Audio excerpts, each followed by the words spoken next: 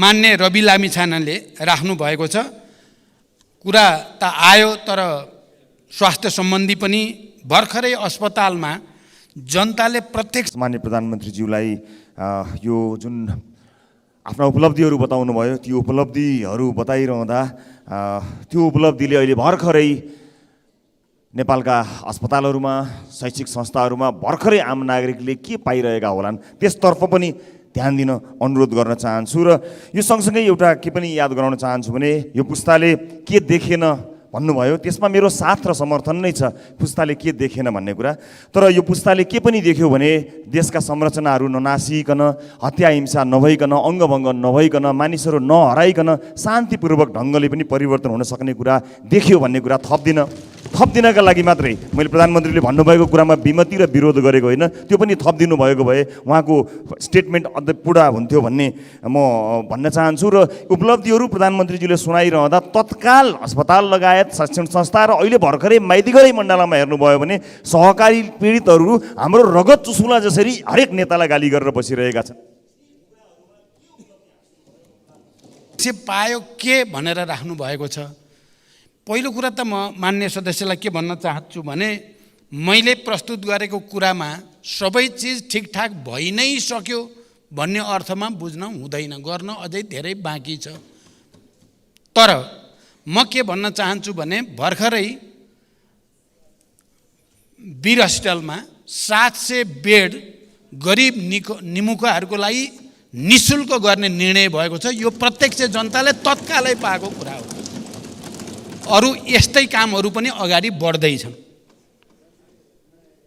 अर्को मान्यले राख्नुभयो, एउटा पुस्ताले यो देखेन भन्दा नदेखेर भएको फाइदा पनि जोड्नुहोस् भन्नुभएको छ। त्यसको लागि धन्यवाद, त्यो जोड्नु उचितै हुन्छ भन्ने लाग्छ मलाई।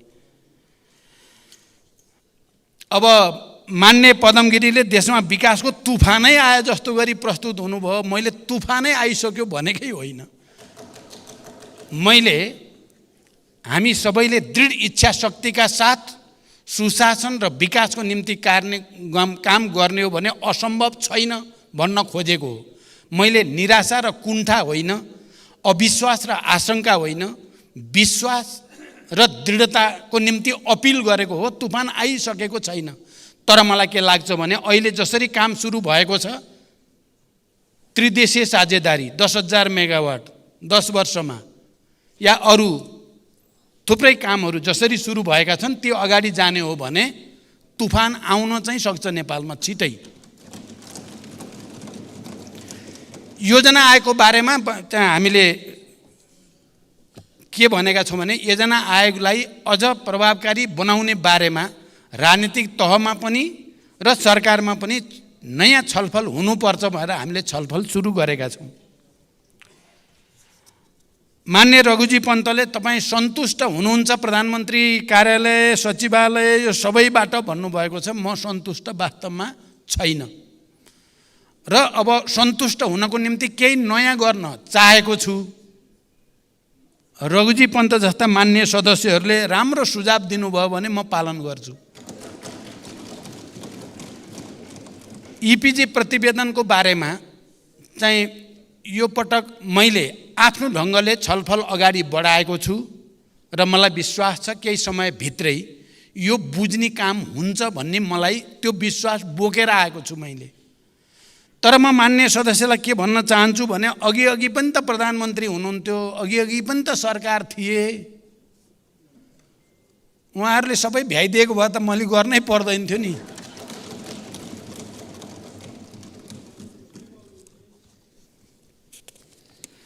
वैदेशिक रोजगारीको विषयमा धेरै ठगी भएको छ, त्यसलाई चाहिँ दोषीलाई कारबाही गर्न पर्यो ठगहरूलाई भन्ने सुझाव मान्य प्रभु शाहले राख्नु भएको छ। त्यसलाई पनि मान्य सदस्यहरूले ठोस रूपमा राखिदिनु भयो भने सरकार ठगहरूलाई कारबाही गर्न तयार छ। शहीदहरूको नाम छुटेको छ भन्ने कुरा साँचो हो र छुटेकाहरूलाई संलग्न गराउने नीतिगत निर्णय सरकारको भइसकेको छ। आवासको विषयमा पनि मैले राखिसकेको छु। मान्य राजेन्द्र पाण्डेले बुढी गण्डकी परियोजनाबारे कहिले ठोस रूपमा चाहियो भनेर अलि जोड दिएर राख्नु भएको छ। मैले यसै महिनाभित्र बुढी गण्डकी परियोजनालाई अगाडि बढाउनको निम्ति कार्यालय उद्घाटन गर्ने र शिलान्यास प्रक्रिया पनि सम्पन्न गर्ने भनेर मैले सम्बन्धित अधिकारीलाई भनेको छु। मलाई विश्वास छ यसै महिनाभित्र बुढी गण्डकी परियोजना अगाडि बढाउने नयाँ कार्यालयको उद्घाटन हुन्छ। मैले भन्ने त्यही हो। अर्को, निजगढ एयरपोर्टको बारेमा मैले धेरै पटक यस सम्मानित सदनमा राखेको छु। हामीले जो फास्ट ट्र्याक निर्माण प्रक्रिया अगाडि बढेको छ त्यो फास्ट ट्र्याक चाहिँ निजगढ एयरपोर्टसँग लिङ्क गरेर अगाडि बढाइएको हो। त्यसकारण निजगढ एयरपोर्टलाई यथाशीघ्र अगाडि बढाउन सरकार प्रतिबद्ध छ। अर्को मान्य सदस्य सूर्य ढकालले ठुला आयोजनाहरूमा भ्रष्टाचार भएको कुरा र त्यो लागत बढ्दै गएको कुरा राख्नु भएको छ। त्यो हामी सबैको निम्ति गम्भीर चासो र चिन्ताको विषय हो। फास्ट ट्र्याकको विषयमा पनि उहाँले त्यो विषय राख्नुभयो। फास्ट ट्र्याक राष्ट्रिय गौरवको आयोजना र महत्त्वपूर्ण रणनीतिक आयोजना पनि हुनुको नाताले मैले प्रधानमन्त्रीको रूपमा त्यसको अवलोकन मन्त्रीहरू समेत सम्बन्धित अधिकारीहरू समेत लिएर गएर अवलोकन गरेँ। त्यहाँका इन्जिनियरहरूका, नेपाली सेनाका प्रमुख समेत सबै पदाधिकारीहरूका कुराहरू पनि सुने। पक्कै पनि त्यो सुरुमा चाहिँ जो लागत अनुमान गरिएको हो त्योभन्दा बढेको चाहिँ छ। कामको प्रगति पनि जसरी अपेक्षित हो त्यसअनुसार भएको चाहिँ छैन। तर उहाँहरूले दिएका तर्क हेर्दा केही तर्कहरू चाहिँ फेरि तथ्यसङ्गत छन्। किनभने कोभिड-19 का कारणले झन्डै 2-2.5 वर्ष त काम अगाडि बढ्नै सकेन। त्यसले गर्दा पनि लागत बढेको हो भन्ने कुरामा केही तथ्य छ। तर पनि म यो तर्क गरेर राष्ट्रिय गौरवका आयोजनाहरूको काम ढिलो हुने, त्यहाँभित्र हुने व्यथितिहरूलाई रोक्ने कुराको आवश्यकताबारे म पन्छिन हुँदैन भन्ने म विश्वास व्यक्त गर्न चाहन्छु। र अब आजदेखि मैले भने अरू राष्ट्रिय गौरवका आयोजना पनि एक्सन रुम सिंहदरबारबाटै अवलोकन गर्ने, सिधा निर्देशन दिने, कहाँनिर व्यथिति भएको छ त्यसलाई इङ्गित गर्ने कामको सुरुवात गरिएको छ। र मलाई विश्वास छ क्रमशः यसले संस्थागत रूप लिन्छ र राष्ट्रिय गौरवका आयोजनामा हुने ढिलासुस्तीहरू र त्यहाँ देखा पर्ने व्यथितिहरू नियन्त्रण गर्दै लान सकिन्छ भन्ने म विश्वास व्यक्त गर्न चाहन्छु। त्यस्तै मान्य वासुदेव घिमिरेले निजी क्षेत्रलाई नजरअन्दाज गरियो भन्ने कुरा राख्नु भएको छ। मैले प्रधानमन्त्रीको हैसियतमा सबभन्दा पहिलो निर्णय नै सार्वजनिक र निजी क्षेत्रको सहकार्यलाई उच्च प्राथमिकताको साथ राखिएको छ। र अहिलेको बजेटमा पनि निजी क्षेत्रले धेरै कुरा सकारात्मक आएका छन्। केही कुरा अझै त्यसलाई मिलाउन पर्छ भन्ने सुझावहरू दिएको पनि मैले सुनेको छु। फेरि पनि निजी क्षेत्रलाई विश्वासमा नलिइकन र निजी क्षेत्रलाई विकास प्रक्रियामा सामेल नगरिकन देशले आर्थिक प्रगति गर्न सक्दैन भन्ने कुरामा सरकार प्रष्ट छ र त्यो वातावरण बनाउन कोसिस भइरहेको छ। त जागिसकेको छ किनकि यस बीचमा अर्थतन्त्र केही जागेको छ अहिले। किनकि म यसलाई सरकारको उपलब्धिमा मात्र सीमित गर्न चाहन्न, यसलाई मैले राष्ट्रकै उपलब्धिको रूपमा उल्लेख गर्न चाहन्छु। अहिले सबैजसो आर्थिक सूचकहरू सकारात्मक दिशातिर अगाडि बढ्दैछन्। पछिल्लो 6 महिना यता कुल विदेशी विनिमय सञ्चिति 20.9% वृद्धि भएको छ।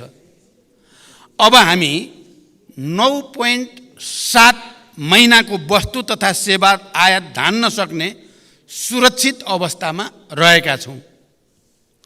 यसै गरी कुल वस्तु व्यापार घाटामा 15.2%ले कमी आएको छ। विप्रेसन उल्लेखनीय रूपमा वृद्धि भएको छ। गत वर्षको यसै अवधिका तुलनामा पर्यटक सङ्ख्या दोब्बर बढेको छ। ब्याङ्क दर र ब्याज दर क्रमशः घट्दै गएको छ। वित्तीय क्षेत्रको स्थायित्व र लगानीको वातावरणमा सकारात्मक सुधार आएको छ।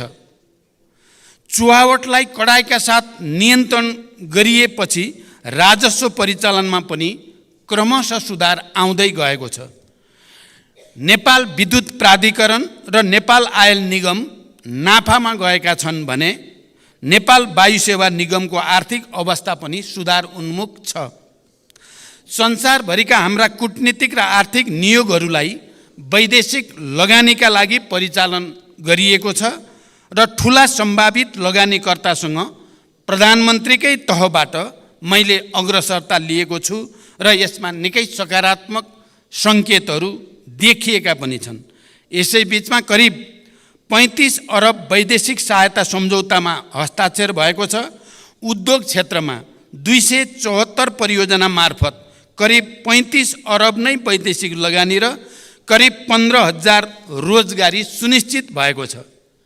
लगानी बोर्डबाट 954.30 मेगावाट विद्युत उत्पादन हुने गरी विभिन्न 6वटा जलविद्युत परियोजनाका लागि रु 1 खरब 67 अरब लगानी स्वीकृत भएको छ। आर्थिक सुधारकै परिणाम कम्तीमा 20,000 थप रोजगारी सृजना गर्ने गरी रु 2 खरब 5 अरब लगानीका 284 नयाँ स्वदेशी उद्योगहरू दर्ता भएका छन्। उत्तरी नाकातर्फ रसुवागढी, हिल्सा, कोदारी स्थित अध्यागमन कार्यालयहरू सुचारू भएका छन्। अर्थतन्त्रलाई गतिशीलतासँगै फराकिलो, दिगो र समावेशी आर्थिक वृद्धि, गुणस्तरीय सामाजिक विकास, सुरक्षा र न्यायको प्रत्याभूति, समष्टिगत आर्थिक स्थायित्व, सङ्घीयताको सबलीकरण र सुशासनको उद्देश्य सहितको अहिलेको बजेट प्रक्रियाबाट उत्पादन र उत्पादकत्व वृद्धि भई देशभित्रै आय र रोजगारीको अवसरहरूको प्रत्याभूति दिलाउन सरकार प्रतिबद्ध छ। आउँदो वर्ष आर्थिक र सामाजिक पूर्वाधारहरू निर्माण भई उच्च आर्थिक वृद्धिको आधार तयार हुने मेरो विश्वास रहेको छ। सम्माननीय सभामुख महोदय, मैले संसदमा सङ्कल्प गरेको थिएँ, सुशासन सरकारको उच्च प्राथमिकता हुनेछ। मैले सरकारको यसबीचको सबभन्दा ठुलो उपलब्धि व्यवस्थाप्रति जनतामा जगाएको भरोसालाई मानेको छु। मैले नेतृत्व लिँदै गर्दा जनतामा राज्यप्रति र सरकारप्रति जुन निराशा, असन्तोष र आवेग थियो, अहिले त्यसमा सुधार भएको छ र यसलाई मैले जनतामा राज्यप्रति र सरकारप्रति भरोसामा जो अभिवृद्धि भएको छ यसबीचको सबैभन्दा ठुलो उपलब्धिको रूपमा मैले मानेको छु। हाई प्रोफाइल व्यक्तिहरू कानुनभन्दा माथि छन् भन्ने आम मनोविज्ञान बनिरहेको थियो। त्यसले जनतामा ठुलो आक्रोश जन्माइ पनि रहेको थियो।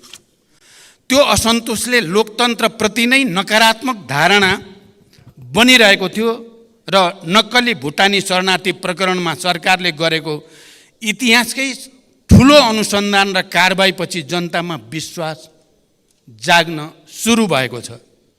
नक्कली भुटानी शरणार्थी काण्डको सफल अनुसन्धानबाट सरकारले कानुनको सर्वोच्चता मात्र प्रमाणित गरेको छैन, लोकतन्त्रको सर्वोच्चता पनि स्थापित भएको छ।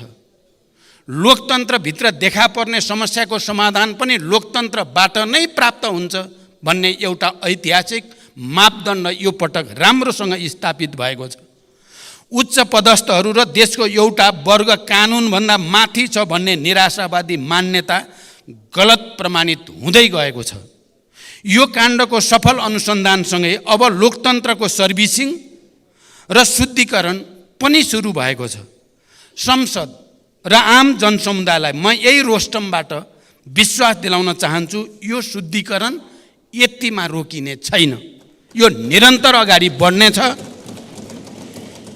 हिजोबाट प्रधानमन्त्री निवास नै निल्न खोज्ने ललिता निवास काण्डका अभियुक्तहरू पक्राउ पर्न थालेका छन्। मिटर ब्याजी र सहकारीका ठगहरूमाथि कारबाही सुरु भइसकेको छ।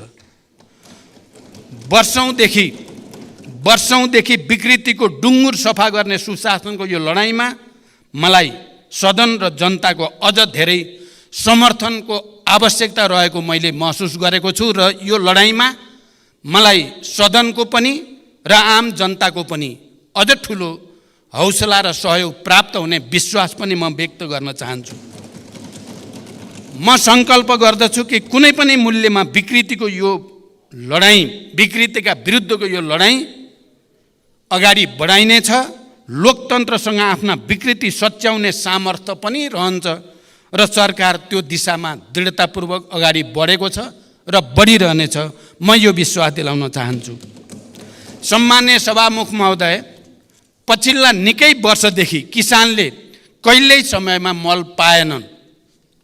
मलको हाहाकार हरेक वर्ष समाचारका स्थायी शीर्षक बन्दै आए, तर परिस्थिति भने खासै बदलिएन।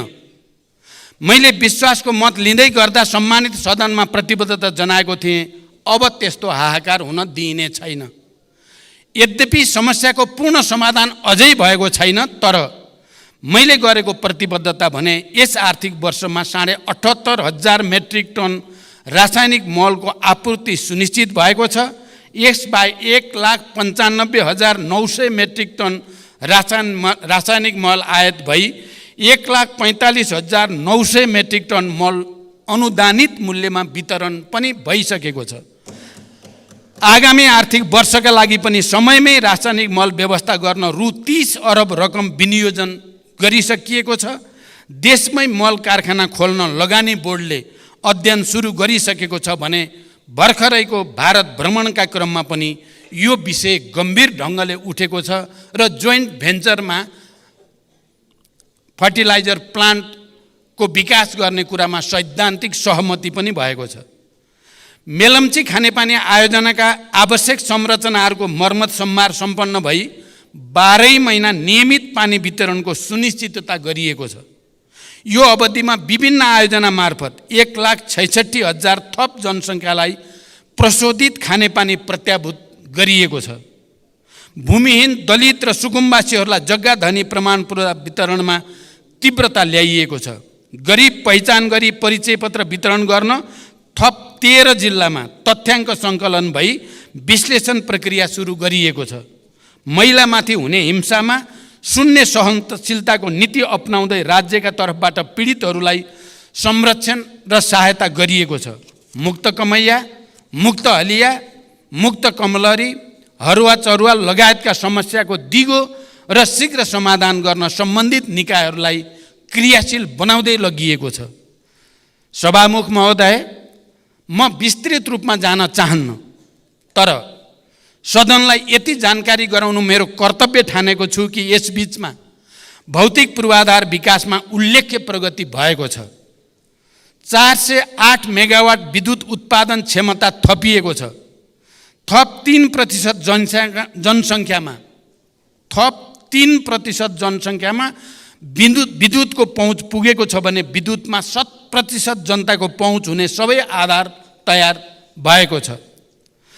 राष्ट्रिय स्तरका विकास आयोजना कार्यान्वयनमा देखिएका नीतिगत तथा अन्तर्निकाय समन्वय लगायतका समस्या समाधान गर्न 7 प्रदेशका मुख्यमन्त्री सहित राष्ट्रिय विकास समस्या समाधान समितिको बैठक सम्पन्न भएको छ र दिगो विकासका लागि लक्ष्यका सूचकहरूको पुनरावलोकन गरिएको छ र भने विकास सम्बन्धी बेग्लै कानुन निर्माणको प्रक्रिया अगाडि बढेको छ। अन्तर प्रदेश समन्वय परिषदको बैठक डाकिएको छ र त्यसमा समन्वयलाई अझ सुदृढ गर्ने प्रक्रिया अगाडि बढाइँदैछ। भर्खरको मेरो औपचारिक भारत भ्रमण सफल भएको छ। भ्रमणमा नेपाल र भारत बीच 10 वर्षमा 10,000 मेगावाट विद्युत निर्यात गर्ने गरी दीर्घकालीन विद्युत व्यापार सम्झौतामा प्रारम्भिक हस्ताक्षर भइसकेको छ। यो देशका लागि अत्यन्त ऐतिहासिक र दूरगामी महत्त्वको सम्झौता हो भन्ने कुरामा देशमा कुनै विमति हुन सक्दैन। त्यही क्रममा फुकोट कर्णाली 480 मेगावाट र तल्लो अरुण 669 मेगावाट निर्माण गर्ने विषयमा समाजदारी प्रस्तावमा हस्ताक्षर भएको छ भने बुटोल गोरखपुर प्रसारण लाइन 400 केबी को शिलान्यास भएको छ। नेपाल र बङ्गलादेशका बीचमा विद्युत निर्यात गर्न नेपाल, भारत र बङ्गलादेश बीच विद्युत बिक्री सम्झौता हुने प्रक्रियामा अगाडि बढेको छ। तेस्रो देशसँग विद्युत निर्यातको बाटो खोल्ने यो प्रक्रिया नेपालको आर्थिक विकासमा ठुलो कोसेढुङ्गा साबित हुनेमा म विश्वस्त छु। मलाई लाग्छ सिङ्गो राष्ट्र पनि यसमा विश्वस्त भइ नै सकेको छ। सम्माननीय सभामुख महोदय, हरेक वर्ष हामी समाचार पढ्थ्यौँ र बडो हैरान पनि हुने गर्थ्यौँ।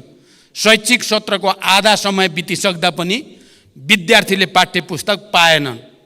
तर यसपटक भने तिनै सञ्चार माध्यममा हामीले हुम्लादेखि ताप्लेजुङसम्मका दुर्गम जिल्लाका सामुदायिक विद्यालयमा शैक्षिक सत्र सुरु हुनु अगावै पाठ्य पुस्तक पुगेको समाचार पढ्न पायौँ। भर्नाकै दिन कलिला विद्यार्थीहरूले मुस्कुराउँदै किताब समातेका सुन्दर तस्बिर पनि हामीले अहिले समाचार पत्रहरूमा देख्न र पढ्न पायौँ। केही महिना अघिसम्म विद्यार्थीहरू नो अब्जेक्सन सर्टिफिकेट लिन भक्तपुरको सानो ठिमेमा मध्यरातदेखि कम्बल बोकेर लाइनमा बसेका समाचार आउने गर्दथे।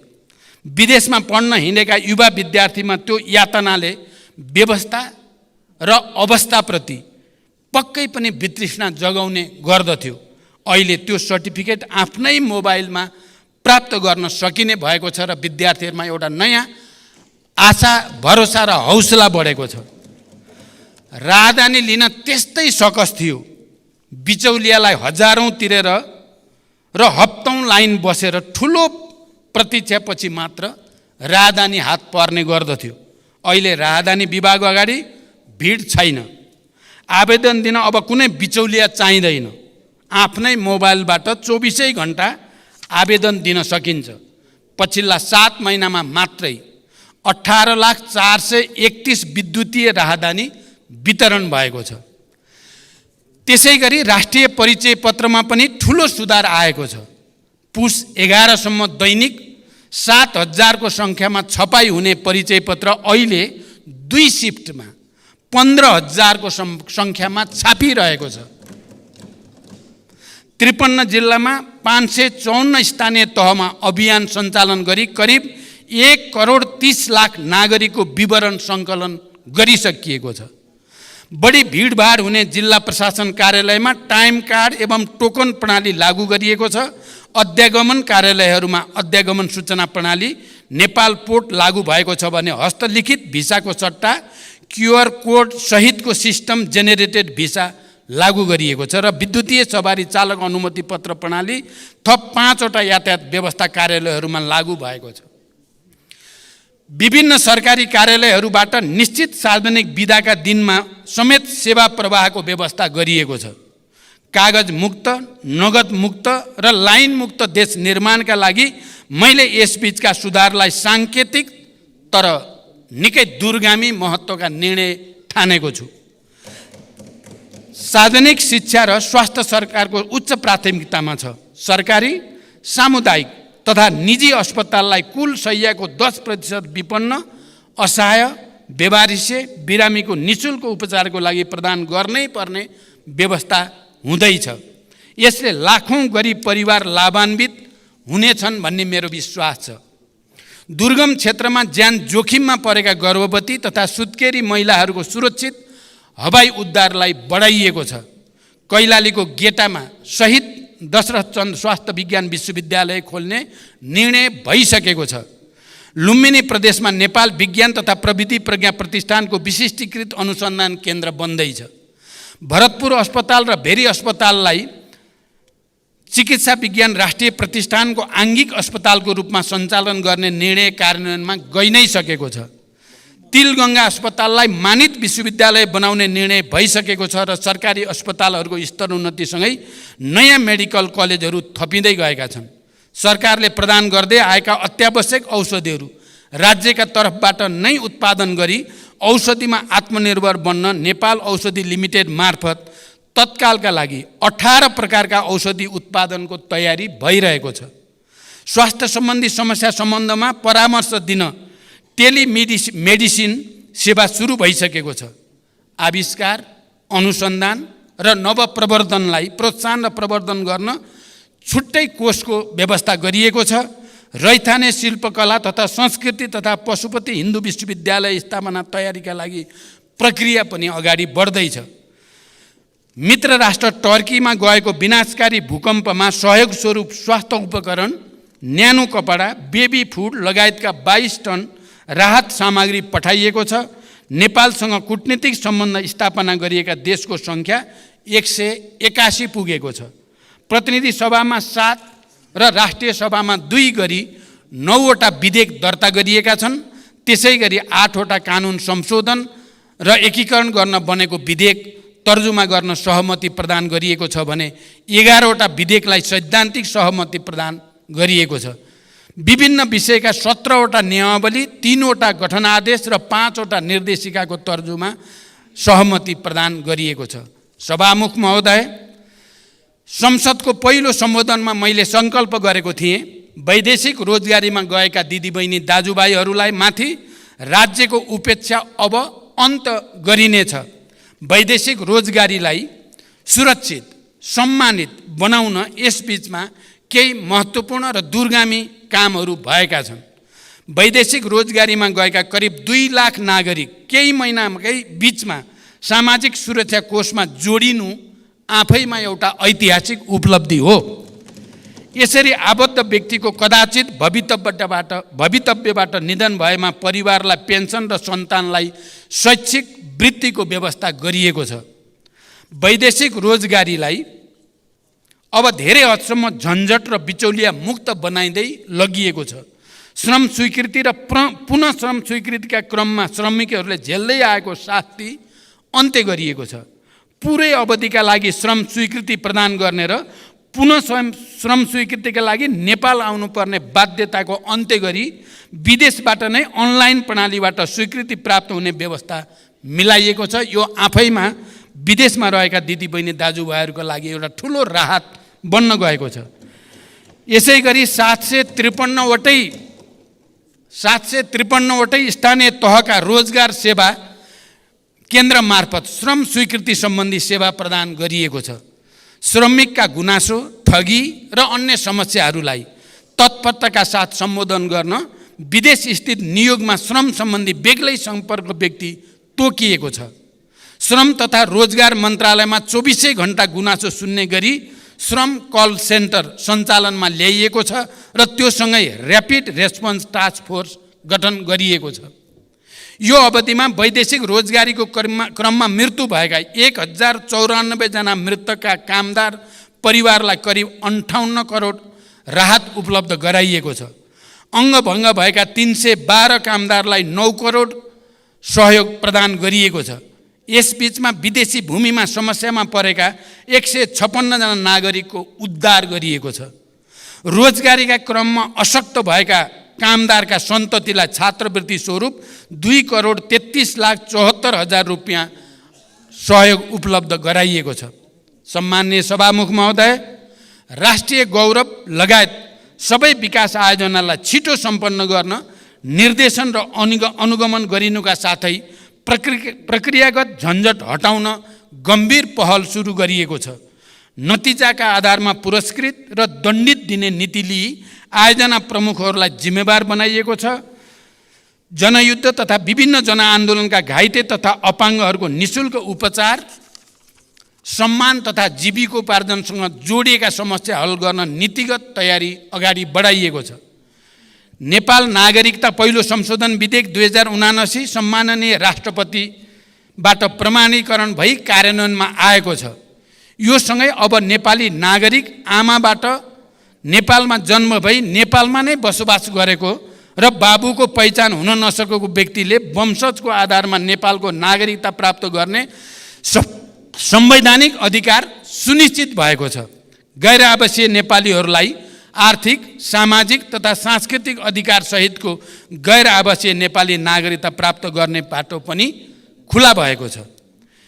नेपाल राजपत्रमा प्रकाशित हुन बाँकी रहेका 8,471 सहितको नामावली नेपाल राजपत्रमा प्रकाशित गरिएको छ।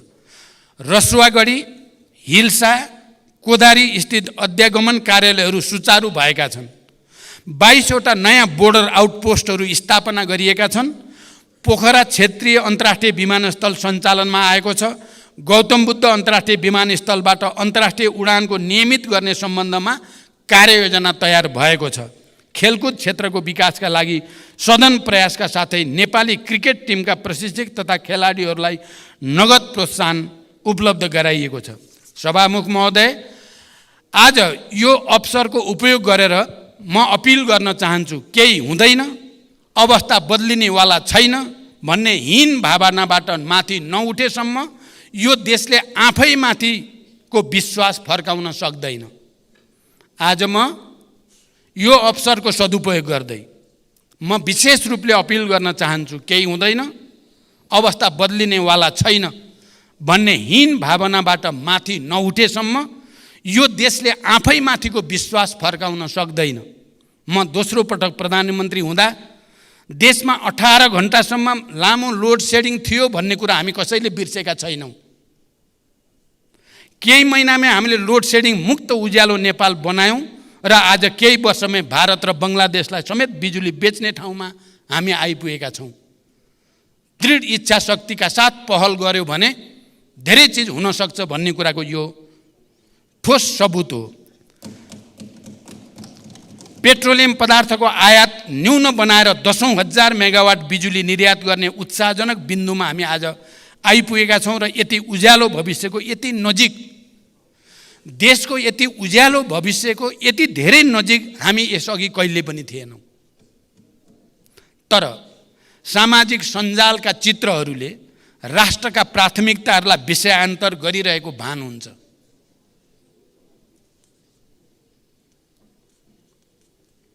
तर सामाजिक सञ्जालका चित्रहरूले राष्ट्रका प्राथमिकतालाई विषयान्तर गरिरहेको भान हुन्छ। हामीले गम्भीर भएर सोच्ने बेला आएको छ। कतै हामी बीच विषय विज्ञता भन्दा, ज्ञान र विवेक भन्दा निन्दाबाजी र आवेगता हाबी हुँदै गएको छैन। जनताका वास्तविक मुद्दाहरू हराउँदै गएर सतही सस्ता बाजारु विषयले महत्त्व पाएर जनतामा निराशा र असन्तुष्टि फैलाउने काम त हामीले गरिरहेका छैनौँ। कतै हाम्रै व्यवहारले राजनीतिको चरित्र र चेहरा त कमजोर बनिरहेको छैन।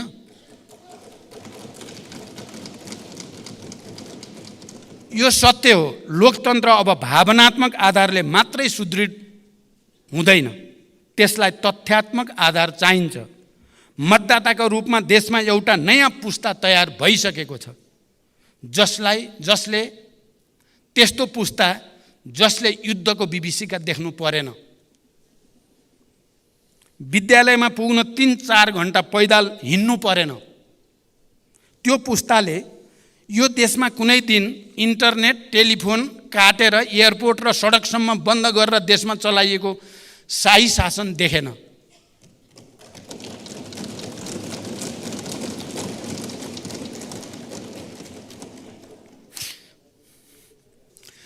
सञ्चार गृहमै पसेर वर्दीधारीहरूले सम्पादकहरूलाई के छाप्ने, के देखाउने, के सुनाउने भनेर निर्देशन दिन्थे भन्ने इतिहास पनि आज सोसियल मिडियामा उन्मुक्त पुस्तालाई थाहा छैन।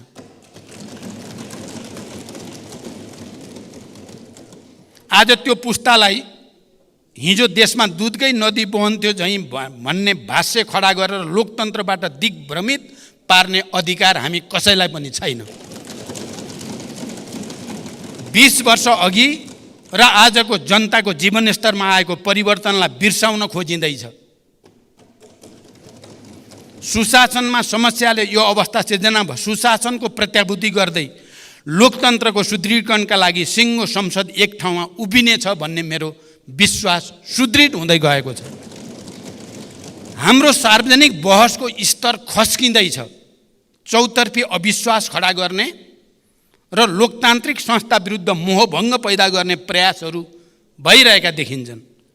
संसदसँगै पनि कहिलेकाहीँ मेरो गुनासो रहने गरेको छ। भर्खरको मेरो भारत भ्रमणमा वर्षौँदेखि रोकिएको नेपाल भारत पारवान सन्धि संशोधनसहित नवीकरण गरियो। भारत र तेस्रो विश्वसम्म विद्युत निर्यातका लागि ऐतिहासिक ब्रेक थ्रु भयो। तर हामीले यति ठुला उपलब्धिहरूलाई छाडेर मुर्गा राँगो कि भैँसी भन्ने विवादमा संसदको लामो समय लियौँ। यस्ता घटनाबाट जनतामा पर्ने प्रभावबारे यो सम्मानित सदन गम्भीर हुनेछ भन्ने म विश्वास व्यक्त गर्न चाहन्छु। सम्मान्य सभामुख महोदय, सामाजिक न्याय, सुशासन र समृद्धिलाई सरकारले सर्वोपरि लक्ष्यको रूपमा लिएको छ। संस्थागत तथा प्रक्रियागत सुधारका कार्य सरकारको उच्च प्राथमिकतामा छन्। समावेशी सङ्घीय लोकतान्त्रिक शासन व्यवस्थाको सुदृढीकरण, अर्थतन्त्रको पुनरुत्थान र सबलीकरण, सार्वजनिक सेवा प्रवाहमा सुधार र सरलीकरण, नागरिक मैत्री प्रशासनको स्थापना, भ्रष्टाचार नियन्त्रण र राज्यको सबै तहमा सुशासनको प्रवर्धनमा सरकार निरन्तर सक्रिय रहेको छ र निरन्तर सक्रिय रहनेछ। विकास निर्माणमा तीव्रता, शान्ति प्रक्रियाको तार्किक निरूपण, सामाजिक न्यायको प्रत्याभूति, स्वतन्त्र र सन्तुलित परराष्ट्र नीतिको अवलम्बनबाट राष्ट्रिय हितको अधिकतम रक्षाको लागि सरकारको प्रतिबद्धता म फेरि यो सम्मानित सदन समक्ष दोहोऱ्याउन चाहन्छु। सरकारलाई निरन्तर साथ र सहयोगका लागि आम जनसमुदाय, प्रशासन यन्त्र, संसद, गठबन्धनका सहयात्री, सञ्चार जगत, मित्र राष्ट्रहरू, सबै राजनीतिक दलहरूप्रति म आभार प्रकट गर्दै भविष्यमा पनि यसको निरन्तरताको अपेक्षा गर्दछु। आउँदा दिनमा यो सम्मानित सदनमा राष्ट्रको आर्थिक र सामाजिक जीवनका अझ धेरै उत्साहजनक र सुखद सूचकाङ्कहरू पेश गर्ने प्रतिबद्धता पनि म जनाउन चाहन्छु। सम्मान्य सभामुख महोदय, मैले थोरै समीक्षात्मक यति टिप्पणी राखिसकेपछि म अब सिधै बजेटबारे उठेका केही ठोस प्रश्नको ठोस उत्तरतिर जान चाहन्छु। पहिलो र अलि सैद्धान्तिक र राजनीतिक महत्त्वको विषयमा यो सम्मानित सदनको ध्यान आकर्षण गर्न चाहन्छु। मैले पहिले पनि साङ्केतिक रूपमा भनेको छु, हाम्रो नीति कार्यक्रम, सरकारको नीति कार्यक्रम घोषणा गर्ने प्रक्रिया परम्परा र त्यसलाई पारित गर्ने हाम्रो प्रणाली र लगत्तै बजेट वक्तव्य पाठ गर्ने र त्यसलाई पारित गर्ने प्रक्रिया र प्रणाली हाम्रो परम्परागत छ। यसले मान्य सदस्यहरूको लोकतान्त्रिक अधिकार र नीति कार्यक्रम, सरकारको नीति कार्यक्रम बनाउने कुरा र बजेट निर्माणको कुरामा जुन सक्रियता र योगदान संस्थागत हुनुपर्ने हो त्यस्तो हुने गरेको छैन।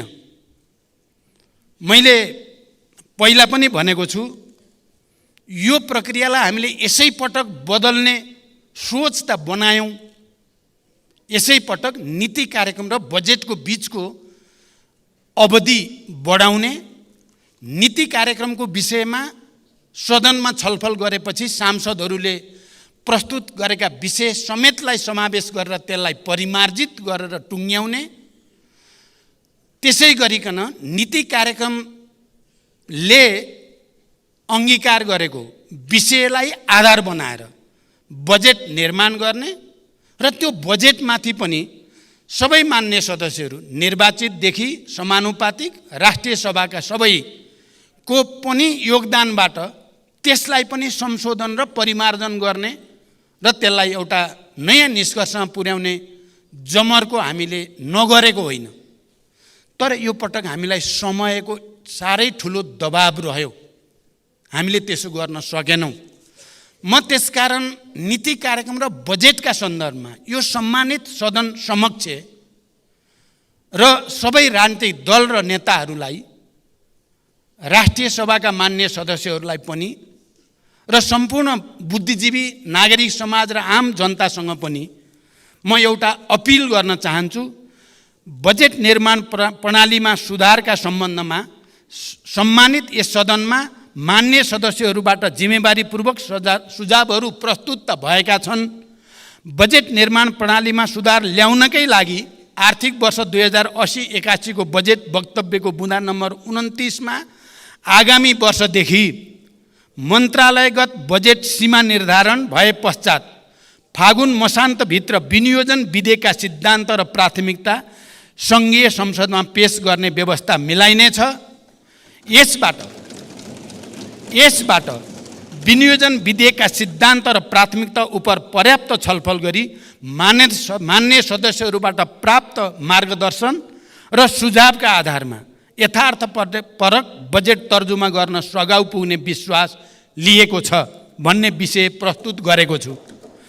बजेट निर्माणमा सांसदको कुनै पनि भूमिका नभएको आजसम्मको बजेट निर्माण गर्ने प्रणालीलाई परिवर्तन गर्दै आगामी वर्षदेखि बजेट निर्माण गर्ने कार्यमा प्रतिनिधि सभाका प्रत्यक्ष निर्वाचित सांसदको संयोजकत्वमा सम्बन्धित क्षेत्रका अन्य सांसदहरू समानुपातिक समेत राष्ट्रिय सभाका पनि सांसदहरू समेतको सल्लाह अनुसार बजेट निर्माण गर्ने परिपाटी सुरु गर्ने सम्बन्धमा सम्मानित सदनमा प्रतिबद्धता व्यक्त गर्दछु र यसमा सबैको सहयोगको निम्ति म हार्दिक अपिल र अनुरोध पनि गर्न चाहन्छु।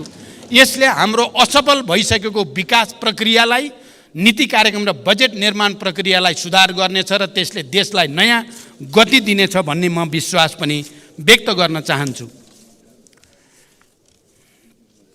संविधानमा व्यवस्था भएका मौलिक हकको संरक्षण र कार्यान्वयन गर्नु राज्यको प्रमुख दायित्व हो। नागरिकले प्रत्यक्ष महसुस गर्ने गरी संविधानमा उल्लेखित मौलिक हकको कार्यान्वयन गर्न सरकार सदैव अग्रसर छ। यसका लागि आवश्यक कानुनहरूको तर्जुमा गरिनुको साथै सरकारको आवधिक योजना तथा वार्षिक कार्यक्रम मार्फत कार्यान्वयनमा जोड दिएको बेहोरा यस सम्मानित सदनमा जानकारी गराउन चाहन्छु। संविधानतः नेपालको राष्ट्रिय एकताको प्रतीकका रूपमा सम्मानित राष्ट्रपति संविधानको पालक र संरक्षक मानिएको छ। सम्मानित राष्ट्रपति संस्थाले नेपालको संविधान, सङ्घीय कानुन एवं नेपाल सरकार मन्त्री परिषदको सिफारिस समेतका आधारमा नेपाली जनताको सर्वोत्तम हित र कल्याणका लागि संविधान र सङ्घीय कानुन बमोजिम कार्य सम्पादन गर्दछ। राष्ट्रपतिले आफ्नो पदीय काममा सहयोग पुर्याउन राष्ट्रपति र उपराष्ट्रपतिको पारिश्रमिक तथा सुविधा सम्बन्धी ऐन 2074 बढीमा 7 जना विज्ञ नियुक्त गर्न सक्ने कानुनी व्यवस्था भए पनि 5 जना विज्ञ मात्र नियुक्त भई कार्यरत हुनुहुन्छ। म यो जानकारी गराउन चाहन्छु। प्रधानमन्त्री तथा मन्त्री परिषदको कार्यालयको सुधारको सम्बन्धमा मान्य सदस्यहरूले दिनुभएको सुझाव सान्दर्भिक र महत्त्वपूर्ण रहेका छन्। नेपाल सरकार कार्यविभाजन नियमावली अनुसार यस कार्यालयले मुख्यतः नेपालको शासन व्यवस्थाको सामान्य निर्देशन, नियन्त्रण र सञ्चालन तथा सङ्घ, प्रदेश र स्थानीय तहको समन्वय र सहजीकरण गर्ने, सरकारी निकायका काम कारबाहीको समन्वय, अनुगमन र सहजीकरण, सुशासन, प्रवर्धन एवं प्रशासनिक सुधार जस्ता महत्त्वपूर्ण जिम्मेवारी वहन गर्दै आएको छ। नेपालको संविधान बमोजिम प्रधानमन्त्री र मन्त्री सामूहिक रूपमा सङ्घीय संसदप्रति उत्तरदायी हुने र आफ्नो मन्त्रालयको कामका लागि व्यक्तिगत रूपमा प्रधानमन्त्री र संसदप्रति उत्तरदायी रहने व्यवस्था रहेको छ। प्रत्येक विभागीय मन्त्री र आफ्नो मन्त्रालयको कार्यप्रति प्रधानमन्त्रीप्रति समेत उत्तरदायी रहेर कार्य सम्पादन गरिरहेको जानकारी पनि म गराउन चाहन्छु। मन्त्रालयका काम कारबाही प्रधानमन्त्रीसँगको समन्वयमा नै सम्पादन भइरहेका छन्। सबै मन्त्रालय तथा निकायहरूलाई उपलब्ध स्रोत साधनको सीमाभित्र रही सन्तुलित विभाजनको प्रबन्ध गरिएको छ। प्रधानमन्त्री तथा मन्त्री परिषदको कार्यालयको भूमिका र कार्यक्षेत्रलाई थप प्रभावकारी बनाउन रणनीतिक योजना तयार गरी सङ्गठन तथा व्यवस्थापन सर्वेक्षणको कार्य अन्तिम चरणमा पुगेको जानकारी गराउन चाहन्छु। रणनीतिक योजना र सङ्गठन तथा व्यवस्थापन सर्वेक्षण प्रतिवेदनका आधारमा प्रधानमन्त्री तथा मन्त्री परिषदको कार्यालयको पुनर्संरचना गरिनेछ। राष्ट्रिय अनुसन्धान विभाग, सम्पत्ति शुद्धिकरण अनुसन्धान विभाग, राजस्व अनुसन्धान विभाग लगायतका निकायहरूको कार्य सम्पादन प्रभावकारिताका सम्बन्धमा मान्य सदस्यहरूले देखाउनु भएको चासोप्रति म सकारात्मक छु र आफ्नो तर्फबाट त्यसमा सुधारको निम्ति पहल गर्ने विश्वास पनि दिलाउन चाहन्छु। योग्यता, क्षमता र निकायगत कार्य प्रकृतिको आधारमा प्रधानमन्त्री तथा मन्त्री परिषदको कार्यालयका साथै मन्त्रालय, निकायमा सचिव लगायत सबै कर्मचारीहरूको पदस्थापन तथा सरुवा गर्ने व्यवस्था मिलाइएको छ। कर्मचारीलाई उत्प्रेरित गराउँदै कार्य सम्पादन स्तरका आधारमा आफ्नो कामप्रति उत्तरदायी बनाउने र प्रोत्साहन तथा दण्डको नीति लिइएको छ। मैले सरकारका उच्च पदस्थ पदाधिकारीहरूलाई जनताप्रति उत्तरदायी भई कार्य सम्पादन गर्न कडा निर्देशन दिँदै आएको छु। कुनै अमुक निकायमा पदस्थापन तथा सरुवा भई जान जोडबल गर्ने र कुनै निकायका पदहरू लामै समयसम्म रिक्त रहने परिपाटीको छिटै अन्त्य गरिँदैछ। प्रधानमन्त्री तथा मन्त्री परिषदको कार्यालयमा रहेको एक्सन रुमको प्रयोग गरी राष्ट्रिय गौरवका तथा ठुला आयोजनाको नियमित अनुगमन गर्ने र प्रदेशसँग समन्वय गर्न सुरुवात गरिएको छ। आज बिहान मात्रै पनि मैले यसै प्रविधिको प्रयोग गरी एक्सन रुमको प्रयोग गरी आज बिहान मात्रै मैले सुनसरी मरिन डाइभर्सन र बबई डाइभर्सन आयोजनाको हेडवर्क्सको अनुगमन गरेँ र त्यो प्रभावकारी हुने विश्वास पनि महसुस गरिएको छ। सङ्घीय मन्त्री परिषद अझै सानो बनाउनुपर्छ भन्ने मान्यज्यूहरूको सुझावमा म आफू सहमत छु। यस विषयमा संसदमा रहेका सबै राजनीतिक दलबीच छलफल गरेर साझा सहमति निर्माण गर्न आवश्यक छ। राष्ट्रिय योजना आयोगलाई सरकारको विशिष्टीकृत संस्थाको रूपमा विकास गर्दै यसको भूमिका थप प्रभावकारी बनाउन पुनर्संरचना गर्ने तयारी रहेको पनि म जानकारी गराउन चाहन्छु। सार्वजनिक सेवा वितरण प्रणालीमा देखिने जनताका गुनासोलाई सम्बोधन गरी सार्वजनिक सेवालाई थप जिम्मेवार बनाउन तथा आम नागरिकका समस्यालाई समयमै सम्बोधन गर्न प्रधानमन्त्री तथा मन्त्री परिषदको कार्यालयमा 2068 कार्तिक 17 गतेदेखि हेलो सरकार सञ्चालनमा आएको हो। नागरिकका गुनासा सिधै प्रधानमन्त्रीसम्म पुग्ने र तत्काल सम्बोधन हुने गरी एक संयन्त्र हुनुपर्छ भन्ने अवधारणामा यो आधारित रहेको छ। पछिल्लो समयमा सामाजिक सञ्जाल र नागरिक एपको माध्यमबाट प्राप्त हुने गुनासो पनि सम्बोधन भइरहेको यहाँहरूलाई अवगत गराउन चाहन्छु। विद्युतीय पोर्टल मार्फत नेपाल सरकारका सबै मन्त्रालय, केन्द्रीय निकाय तथा तिनै तहका सार्वजनिक निकायहरूको काम कारबाहीका बारेमा प्राप्त हुने जनगुनासोको व्यवस्थापन गर्न प्रभावकारी देखिएको यो प्रणाली सुसञ्चालनका लागि स्रोत साधनको अभाव हुन दिइने छैन। सम्पत्ति शुद्धिकरण र आतंकवादी क्रियाकलापमा वित्त परिचालन विश्वव्यापी समस्याको रूपमा रहेको छ।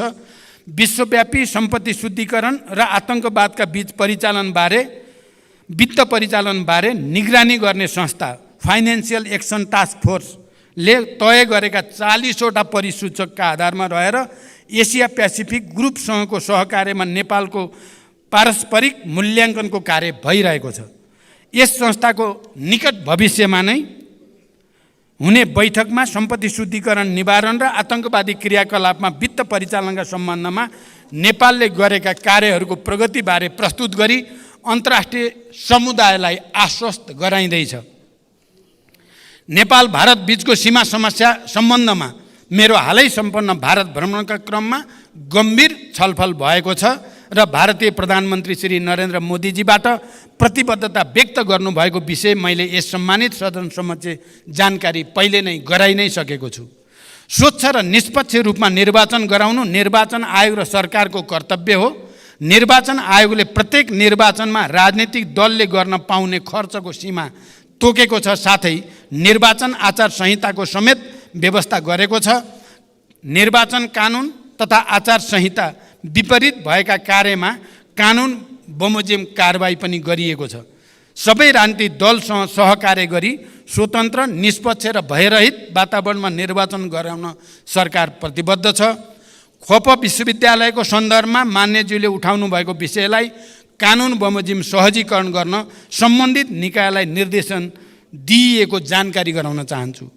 सम्मान्य सभामुख महोदय, आर्थिक वर्ष 2080-81 को बजेट तथा कार्यक्रममाथि छलफलको क्रममा मान्य सदस्यहरूले उठाउनुभएका विषय, राख्नुभएका जिज्ञासा र दिनुभएका रचनात्मक सुझावका लागि फेरि एकचोटि हार्दिक धन्यवाद भन्न चाहन्छु।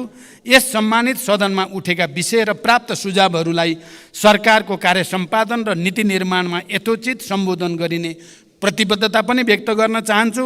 आगामी दिनमा पनि मान्य सदस्यहरूबाट रचनात्मक सुझाव, मार्गदर्शन प्राप्त हुने विश्वास व्यक्त गर्दै मैले आफ्नो प्रस्तुति टुङ्ग्याउँछु। धन्यवाद, अभिवादन।